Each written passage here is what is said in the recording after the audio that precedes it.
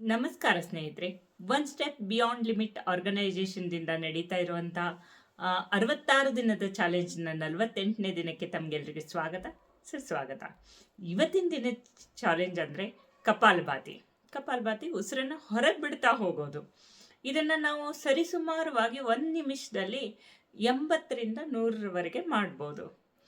ಇದರಿಂದ ಏನಾಗುತ್ತೆ ಅಂತೀರಾ? ಇದನ್ನು ಮಾಡೋದ್ರಿಂದ ನಮ್ಮ ಸ್ಟೆಮಿನಾ ಚೆನ್ನಾಗಿರುತ್ತೆ, ನಮಗೆ ಡೈಜೆಸ್ಟಿವ್ ಸಿಸ್ಟಮ್ ತುಂಬಾ ಚೆನ್ನಾಗಿ ವರ್ಕ್ ಮಾಡುತ್ತೆ. ಇದು ಸಾಧಾರಣ ಬೆನಿಫಿಟ್ಸ್ಗಳನ್ನ ಹೇಳ್ತಾ ಇದ್ದೀನಿ. ಇನ್ನು ಇದಕ್ಕಿಂತ ಮುಂದುವರೆದು ದೊಡ್ಡ ದೊಡ್ಡ ರೋಗಗಳನ್ನು ನಿವಾರಣೆ ಮಾಡೋದು ಅಥವಾ ಬರದೇ ಇರೋದಕ್ಕೆ ತಡೆಯೋ ಒಂದು ಕೆಲಸನೂ ಕಪಾಲಭಾತಿ ಮಾಡುತ್ತೆ. ಜೊತೆಗೆ ಬೆಲ್ಲಿ ಫ್ಯಾಟ್ ಅದನ್ನು ಕಡಿಮೆ ಮಾಡುತ್ತೆ, ಫ್ಯಾಟ್ನೆಸ್ ಕಡಿಮೆ ಮಾಡುತ್ತೆ.